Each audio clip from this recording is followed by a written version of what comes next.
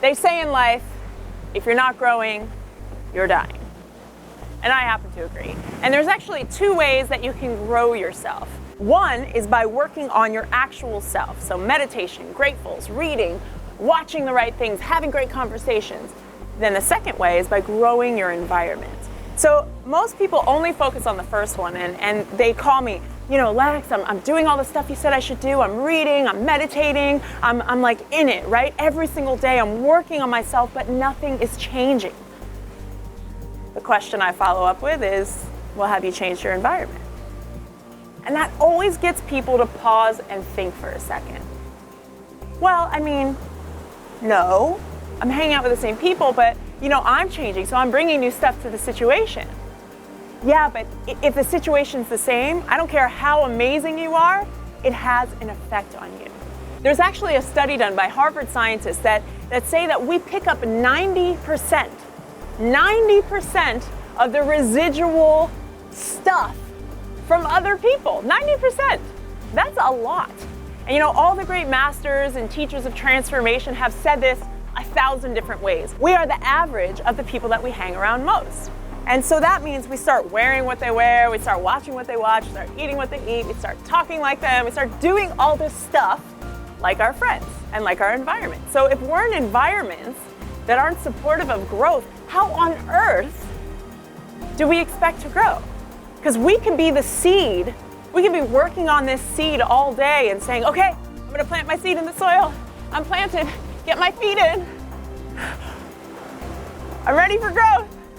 But if there's no sunlight, if there's no water, if there aren't the right conditions for growth, there will be no growth, no matter how strong that seed is. So who are you hanging out with? What does your environment look like? Is your environment conducive for growth? Or is it an environment that sucks you down and takes you under and stifles you? Because if you're still hanging out with people who are gossiping, who are speaking negative, who are energy vampires, who are complaining, who are eating junk, who are drinking, smoking, doing all the things that aren't conducive for growth, you're going to get those results. Now, I'm not saying you have to abandon your old friends or your old crew, but I'm saying if you want to step your game up, you've got to step your environment up. So start carving out time to hang out with people who are better than you. Start hanging out with people who are building things on massive scales that you aspire to build. Start hanging out with people that inspire you to become a better person, because that's the only way we can truly grow ourselves. If you want different results, you have to change your environment. People don't want to look at this because they're not willing to make changes. We hate being uncomfortable, but this is the key to your growth. And I urge you, I implore you, please start thinking about where you can shift.